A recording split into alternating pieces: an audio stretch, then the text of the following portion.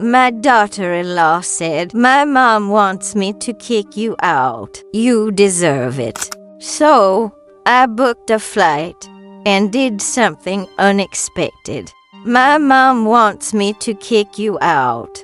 You deserve it." That was the first thing my daughter-in-law said to me that Christmas Eve. Melissa's voice cut through the hallway like a cold wind off the lake.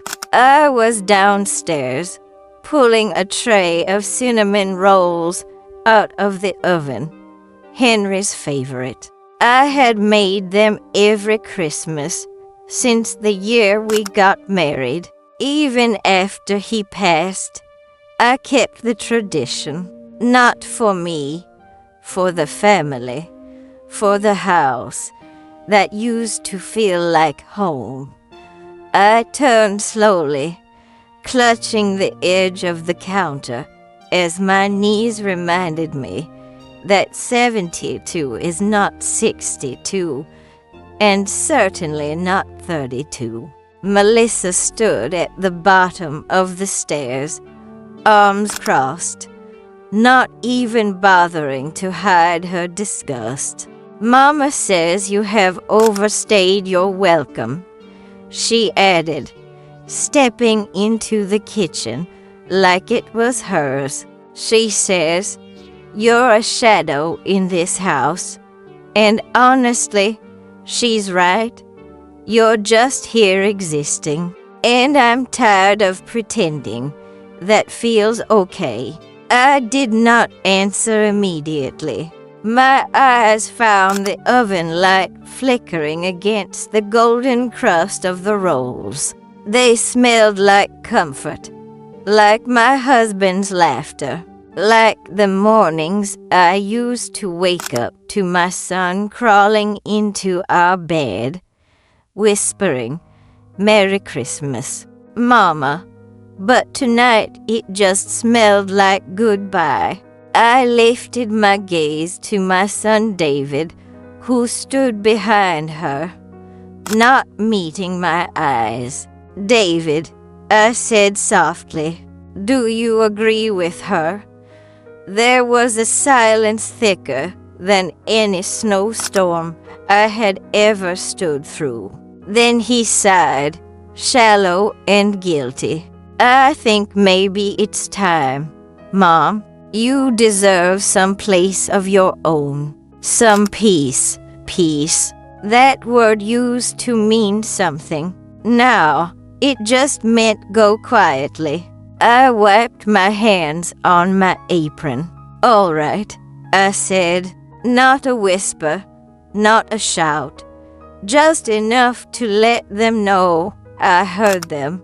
"If you feel justice deserves celebration, smash that hype button. Let us keep stories like this alive, echoing far, far away.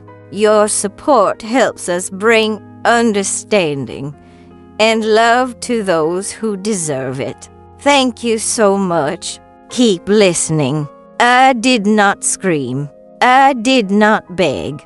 But inside something snapped, not with noise, but with clarity. They had long stopped speaking to me like family. But this was something altogether new. Direct, shameless, final. "I'll pack my things after dinner," I said, still looking at David. "Do not worry. I won't get in your way." Melissa scoffed. "Dinner? You still think you're invited?" I turned off the oven, sliding the tray of cinnamon rolls to the side. "I made these for you," I said, not to her, but to the room. "I thought you'd want them." David opened his mouth, then closed it. Melissa laughed. "Yeah. Well, my mom's bringing creme brulee, real dessert, modern, not these peasant spirals." They left after that, she in her boots clacking up the stairs like a victory march. He followed, still quiet, always quiet. The kitchen, once warm, seemed dimmer than before. I sat at the small table in the corner, the one they pushed against the wall when we had guests, so I would not be in the way. I looked at the rolls, still steaming, sweet and golden. I did not eat one. I thought about my husband, Henry, and the last thing he whispered in that hospital bed. When they forget who you are, Ruth, you remember. So, I remembered. I remembered the mortgage I paid to help them buy this house. I remembered the years I watched over their daughter when they went on trips they never invited me to. I remembered the birthdays where I cooked but was not in a single photo. I remembered the baby shower I paid for, the groceries, the bills, the rides, the nights. And now this. I stood, folded the towel over the tray, and carried it to the garbage. No one in this house needed what I had to give, but I still had more to give, somewhere else. I went to the room they let me call mine, barely big enough for a twin bed, no window, and no heat, unless the upstairs thermostat was kind. I pulled out my old suitcase, the one I had not touched since Henry's funeral. I folded my few good sweaters, tucked away my savings book, slid the photo of Henry from the dresser drawer, and packed the scarf I had wear upon last winter, but never wore. Before I zipped the case, I sat for a moment. Melissa's words echoed, "You're just here." But I was not just here. I was once everything, and perhaps, just perhaps, I still could be. I opened my old laptop, slow and yellowed with age, and booked a flight to Portland, Maine. Not because I had friends there, not because I had plans, but because that was where I had once mattered, where I had once taught second grade in a room full of sticky fingers and wide eyes, where someone, maybe no one I knew anymore, might remember me not as an old burden, but as Clara Jenkson's, and maybe, just maybe, I would remember myself, too. I wrote a note, short, simple, honest. Thank you for the years. I won't take any more than what I brought. I leave behind what you forgot your mother. Then I folded the cinnamon roll recipe, written in Henry's handwriting, and slipped it under David's door. Let him remember what love once tasted like, even if only when it is gone. There was not always someone they wanted out of the picture. Once I was Clara Jenkson's second grade teacher at Pioneer Grove Elementary in Portland, Maine. My students used to leave notes on my desk written in crooked crayon letters that said things like, "You're the best," or "I want to be like you." I used to laugh, telling Henry that someday those kids would grow up and forget me. He would shake his head and say, "You'll be the kind of woman no one forgets, Clara," even when they try to. When Henry died of cancer, I felt like my lungs forgot how to breathe. 38 years of marriage, and in the end, I had to hold his hand while machines beeped around us and nurses whispered code words. I never wanted to understand. He told me in his last lucid moment, give David a good start. Then, if he forgets, you remember. So, I sold our house, the one with the yellow shutters we painted together one summer, the lilac bushes he planted by the porch. I sold the dining table where we'd eaten every Sunday night and the piano. I never learned to play right, but played anyway. I sold the memories and gave the money to David and Melissa so they could buy a bigger house in the suburbs, a better school district, room for children, a future. They offered me the basement and I took it. Just until you're back on your feet, David said. I never told him my feet were just fine. I only wanted to stay close to help. At first, it felt like love. Melissa would smile and thank me when I made dinner. She let me take care of baby Chloe while they went to work. Sometimes I even got to tuck her in. But slowly, the thank yous stopped. The smiles faded. I became part of the furniture, useful, silent, and expected to stay in place. Melissa began enforcing rules. No walking upstairs during dinner hours. No inviting anyone over. No cooking past 7 p.m. The smell lingers, she claimed. You know, the baby needs routine. She said once when I asked if I could read Chloe a bedtime story again. She's getting confused. Let me be the mother.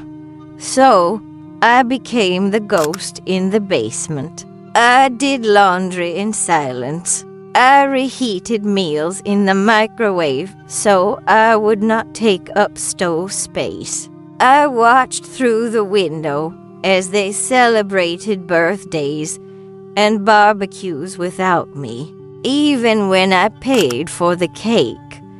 One day I overheard Melissa on the phone with her mother. Her voice carried through the floor vents. She's still here, she said. I swear she thinks she's part of this family just because she threw a little cash at our down payment. Her old house barely sold for $100,000. That would not even cover the fridge in this kitchen. Another time, she walked into the laundry room while I was folding Chloe's clothes. Do not act like you are some kind of martyr, she snapped. You live here for free. You do not pay rent. So stop acting like you are doing us a favor by breathing. I never raised my voice. I never called David to complain. I just kept doing what needed to be done: grocery shopping, babysitting, paying for Chloe's music lessons when Melissa said they just could not swing it this month. Then came the Healthy Glow idea, Melissa's dream beauty brand. She needed a loan, and she needed my name. I need a cosigner, she said over dinner one night, not looking up from her phone. Just a formality. You will not even notice it. It is my business, my risk. I read the paperwork. They wanted to leverage the main house, the one I never let go of, the house Henry had renovated with his own hands, the house where we said our last goodbye. I cannot, I said. That house. It is all I have left of your father. Melissa slammed her fork down. You mean all you have left? God. Clara, do you even care about our future? Or are you going to hoard some moldy old shack in Portland while we build something real here? David did not say a word. He just rubbed his temple, like I was a headache he could not wait to finish. That was the day she began to truly hate me, and I knew it. From then on, every glance, every word was laced with contempt. Then came the incident with the housekeeper Maria, a kind woman in her 50s, who came twice a week. One afternoon, Melissa accused her of stealing a pair of earrings.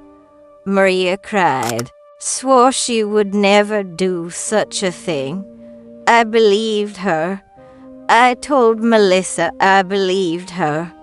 You are taking her side, she spat. You are choosing a stranger over your own family. I am choosing what is right, I said. She fired Maria that same day and told David I was becoming confused and difficult.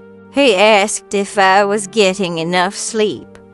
I told him I slept just fine alone. The thing about being the quiet one in the house is that they forget you have ears. They forget you keep track, that you remember, that you still feel. And when someone pushes you far enough into a corner, sometimes the silence ends. That day on Christmas Eve, when Melissa finally said the words out loud, "My mom wants me to kick you out. You deserve it," I realized something terrible and freeing. They never loved me. They loved what I gave. And now that they thought I had nothing left to give, they were ready to sweep me away like a box of forgotten ornaments. But I was not empty. Not yet. Not ever. It was the second Sunday of December, the same Sunday every year. I always set aside that day for Henry. Not a big production. Just a table, a candle, a framed photo, and the cinnamon rolls he used to sneak bites of before they cooled. This year, I laid it all out on the old wooden coffee table in the den, far from the pristine white marble counters Melissa loved so much. I lit a single candle. I whispered his name. I touched the photograph we had taken in 1984. Just the two of us, standing outside the first house we ever bought, his arm around my shoulder, his smile crooked from laughing too hard at something I said. I had worn a blue sweater. He had worn a tie he hated. We looked like a couple who had weathered storms, not polished mannequins for a real estate magazine. We looked real. Then the door burst open. "What the hell is this?" Melissa's voice cracked through the room like lightning. She walked in, fast, heels clacking, holding a glittering picture frame wrapped in silver ribbon. "I told you I had someone edit a new photo. I hired a professional.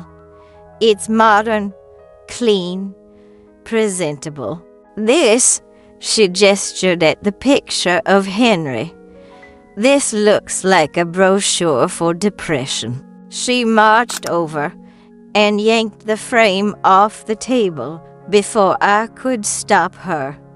"That's his real." "Smile," I said quietly. "Not one for the camera, one for me." Melissa rolled her eyes and replaced it with the new photo. She had edited from a blurry phone snapshot taken years ago at a wedding. Henry's face looked wrong. The lighting was off. His expression was stiff, eyes overly whitened. "He hated this tie," I said, looking at it. "Yeah, well, it matches the decor," Melissa replied. David walked in then, holding a plate of hors d'oeuvres. He looked from me to Melissa and sighed like he had walked into someone else's mess. "David," I said, "can we please use the photo your father actually liked? He did not meet my eyes." Melissa crossed her arms. "She is doing it again, David, turning this into a funeral. It is supposed to be a remembrance, not a seance." I stepped back and picked up the original photo from where she had set it on the floor. "I was his wife for 38 years, I said. "I knew his face. I knew his heart. You know what I know," David said suddenly, loud enough to silence the whole room. "I know that Dad is dead, and you need to stop clinging to the past like it is going to bring him back. This is why Melissa loses her mind. You are stuck, Mom, always stuck." That silence afterward, that's what I remember most. Even the music in the background seemed to dim. I looked at my son, and for a second I saw him as a boy again, hiding behind my skirt when he was afraid. And then I saw him now, grown, distant, ashamed of the woman who had raised him. Chloe, my granddaughter, barely looked up from her phone. She mumbled to her friend, not even bothering to whisper. Grandma's acting again, and that hurt deeper than I cared to admit. I held the photo to my chest and turned away. My hands shook slightly, not from rage, but from the realization that I had already lost them long ago. All I had left was the dignity they could not recognize. I folded the small black tablecloth I had brought from the basement. I blew out the candle. I placed the old frame into the pocket of my cardigan and buttoned it closed, as if protecting a secret. I would have left without a word, but then I saw someone near the doorway. He was tall, in his 50s perhaps, dressed simply in a navy coat and jeans. I did not recognize his face at first. There had been so many children over the years, but then he stepped forward, eyes wide, voice soft. "Mrs. Jenksons," he said. I paused. "You may not remember me. Jake Morgan, Pioneer Grove Elementary. You taught me 2nd grade." I searched his face again, and somewhere between the lines and gray at his temples, I saw him a boy with scuffed shoes, always hungry, always late, but never without a story. "Jake," I said, "you used to draw dinosaurs on your spelling tests. He laughed, eyes bright. I still do, sort of. I run a nonprofit now. We provide housing and legal support for older adults who have been displaced or mistreated. That's why I'm here tonight.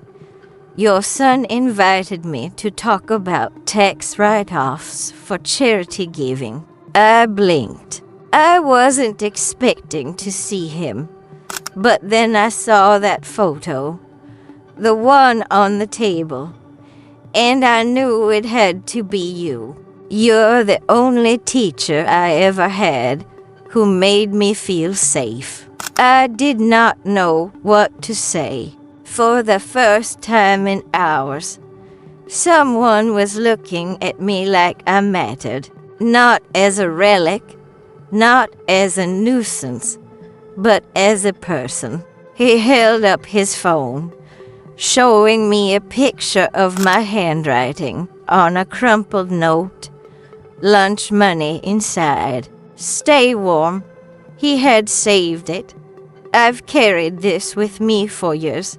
He said, you were the first person who gave me anything without asking for something back.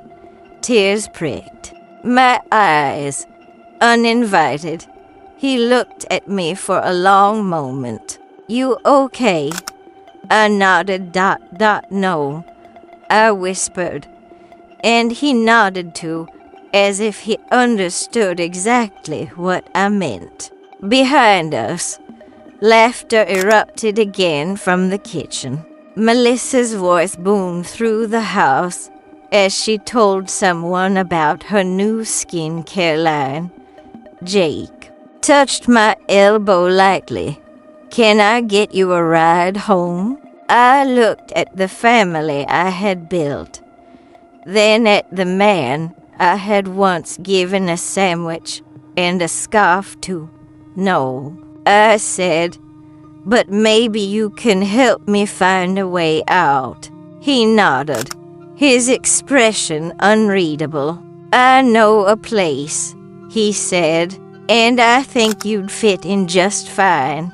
The snow had just begun to fall, soft and quiet, like the kind of forgiveness that comes too late. I stood in the basement, watching flakes gather on the tiny window pane, no bigger than a bathroom mirror. It was nearly midnight. The house above me buzzed with leftover laughter, music, the hum of dishes being rinsed. No one noticed I was gone. No one asked, "Where's Mom?" or "Where's Grandma?" No one cared enough to knock. I opened the closet, one they had let me use, but never let me call mine. Inside hung two coats, both too old to be stylish, one too thin for the winter. I chose the thicker one and folded it into my suitcase. The same suitcase I had brought with me when I moved in 10 years ago. I had not touched it since Henry's funeral. I moved slowly, but with certainty. A pair of shoes, 3 sweaters, 2 pairs of slacks, a knit cap, my small Bible worn at the edges, my glasses, my insulin pens, the scarf I made last winter but never wore, the gray one with the loose edge and the initial CJ stitched so faintly no one would notice unless they were looking for something real. I opened the drawer beside my bed and pulled out Henry's leather-bound notebook. He had started writing in it when the doctors told us the treatments would stop. I want to leave you something no one can take, he said, and he had words, memories, Maps of who we were before silence moved in. If Clara Jenkins's journey moved you, and you want to hear more stories that deserve to be remembered, subscribe to Granny's Life Lessons.